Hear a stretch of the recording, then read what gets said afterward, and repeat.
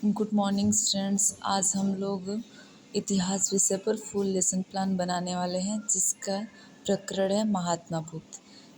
सबसे पहले हम लोग ऊपर लिखते हैं पाठ्य योजना संख्या, फिर नीचे लिखते हैं विद्यालय का नाम, फिर एक बॉक्स बनाते हैं जिसमें दिनांक, कक्षा, विषय चक्र, अवधि डालते हैं, फिर नीचे प्रकरण और प्रकरण का नाम। जब हम प्रस्तावना का प्रश्न पूछ लेते हैं उसके बाद से प्रकरण का नाम डालते हैं, फिर उद्देश्य कथन।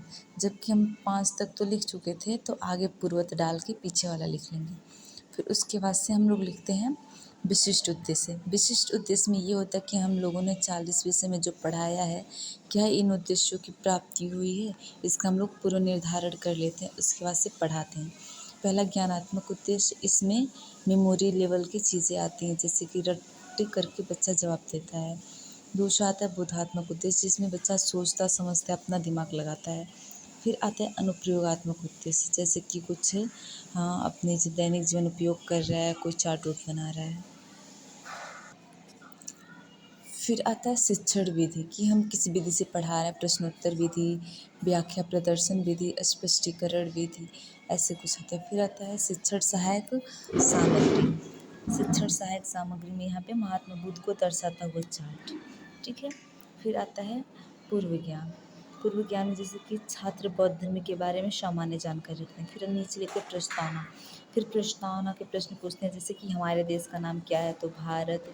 भारत में कौन कौन से धर्म के लोग पाए जाते हैं, तो भारत में हिंदू, मुस्लिम, जैन, बौद्ध आदि धर्म के लोग पाए जाते हैं। फिर बौद्ध धर्म के संस्थापक कौन थे, तो गौतम बुद्ध। गौतम बुद्ध के बारे में आप क्या जानते हैं, तो बच्चे मौन रहेंगे।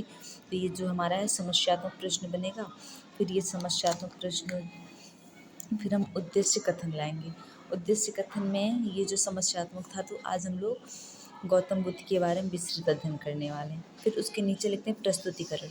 प्रस्तुतिकरण में जैसे कि जो हम लोग प्रकरण लेते हैं वो बड़ा होता है, तो इसको 2 अनुवृत्ति में बांट देते हैं, तो थोड़ा पढ़ाने में आसानी होता है, ठीक है। तो प्रथम अनुवृत्ति में हम लोग पढ़ाएंगे महात्मा बुद्ध का प्रारंभिक जीवन, ठीक है। इसमें हम जब पहले ऊपर बॉक्स बनाते हैं, इसमें शिक्षण बिंदु, क्रम संख्या, छात्राध्यापिका कथन, छात्र छात्रा कथन, फिर श्यामपट्ट कार्य रहता है, ठीक है। जो शिक्षण बिंदु है ना, इसमें कुछ बिंदु लिखते हैं, जैसे कि उसमें महात्मा बुद्ध के जन्म के बारे में लिखेंगे, ठीक है। यहाँ पे एक विकासात्मक प्रश्न पूछते हैं, जिसमें कि महात्मा बुद्ध किस धर्म से संबंधित है, सबको पता रहेगा बौद्ध धर्म। तो महात्मा बुद्ध का जन्म किस सन में हुआ, तो ये तो नहीं पता है, तो ये हमारा समस्यात्मक प्रश्न बनेगा। अब इसका हम स्पष्टीकरण करेंगे, जैसा कि महात्मा बुद्ध का जन्म 563 ईसा पूर्व में हुआ था, ऐसे करके लिखेंगे। ये श्यामपट्ट कार्य है, जो कि इसमें से मुख्य मुख्य बिंदु हैं उसको श्यामपट्ट पर लिखते हैं, ताकि बच्चे उसे अच्छे समझ पाते हैं, ठीक है। जैसे कि जन्म लिख दिए, फिर से उनके पिता का नाम लिख दिए, किस गणराज्य के थे, फिर से उनके बचपन का नाम लिख दिए, ठीक है। फिर से इसी को आगे बढ़ाते हुए महात्मा बुद्ध का प्रारंभिक जीवन, महात्मा बुद्ध के बचपन का क्या नाम था, तो अभी आगे बताया गया सिद्धार्थ। तो उनकी माता का क्या नाम था, तो इसको स्पष्ट करते हैं। फिर माता का नाम महामाया था श्यामपटकार में, पत्नी का नाम यशोधरा था, पुत्र राहुल था।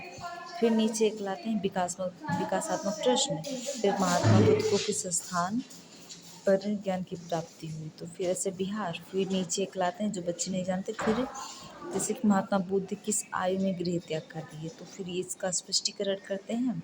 फिर नीचे ऐसे श्यामपटकार में लिखेंगे 29 वर्ष की आयु में, और गृह त्याग की घटना को महावीर निष्क्रमण कहते हैं, ठीक है। फिर शिक्षण बिंदु, फिर ऐसे करके विकासात्मक प्रश्न, फिर समस्यात्मक, फिर स्पष्टीकरण, श्यामपटकार, ऐसे करके। फिर यहाँ पे डालते हैं बोध प्रश्न। बोध प्रश्न मीन्स जो हमने प्रथम अनुवृत्ति में पढ़ाया था, तो बच्चे समझ पाए हैं कि नहीं, क्वेश्चन के माध्यम से। कि हम क्वेश्चन पूछेंगे जो पढ़ाए थे, तो बच्चे ध्यान से सुने होंगे और उनको समझ में आएगा, तो उसका आंसर देंगे। इसको ब्लैक बोर्ड पे लिखते हैं, आंसर भी लिखते हैं। फिर से ये भी, फिर से जो बच्चे लिख लेते हैं, तो फिर उनको हम बोलते हैं कि ये सभी अपने कॉपी में नोट कर लें, और उसका हम लोग निरीक्षण करते हैं, ठीक है।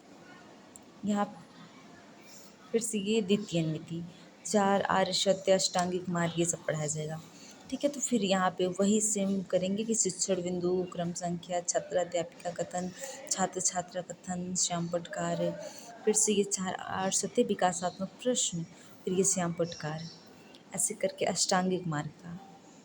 फिर ऐसे करके इसको आगे लिखेंगे। फिर महात्मा बुद्ध का मृत्यु। ठीक है। फिर द्वितीय अन्विति पढ़ाने के बाद ये हम बोध प्रश्न पूछेंगे द्वितीय अन्विति का। फिर हमने जो द्वितीय अन्विति में पढ़ाया है वो समझ में आया है कि नहीं आया है, इसके लिए हम लोग फिर क्वेश्चन करेंगे। ठीक है, जिसका आंसर बच्चे देंगे। फिर से नीचे निरीक्षण करके जो हम लोगों ने अभी ये पूछा था ब्लैक बोर्ड पे लिखा है, तो उसका हम लोग निरीक्षण कर रहे हैं कि हाँ बच्चे कॉपी में लिखे हैं कि नहीं। ठीक है। फिर से जो हमने पूरे प्रकरण में पढ़ाया था उससे क्वेश्चन पूछेंगे, हमारे उद्देश्यों की प्राप्ति हुई कि नहीं हुई। तो फिर ये क्वेश्चन इसमें 5 6 7 कर कितना क्वेश्चन, ज़्यादा नहीं, फिर भी 7 8 तक डाल सकते हैं हम, क्वेश्चन रखेंगे। फिर से ये गृह कार्य। ठीक है, गृह कार्य में जो हम लोगों ने पढ़ाया है उसमें से बच्चे को कोई गृह कार्य देंगे कि करके लाएं, जिससे समझ में आए कि बच्चे हाँ कुछ समझे हैं और उसमें थोड़ी रुचि ले रहे हैं। ठीक है, धन्यवाद।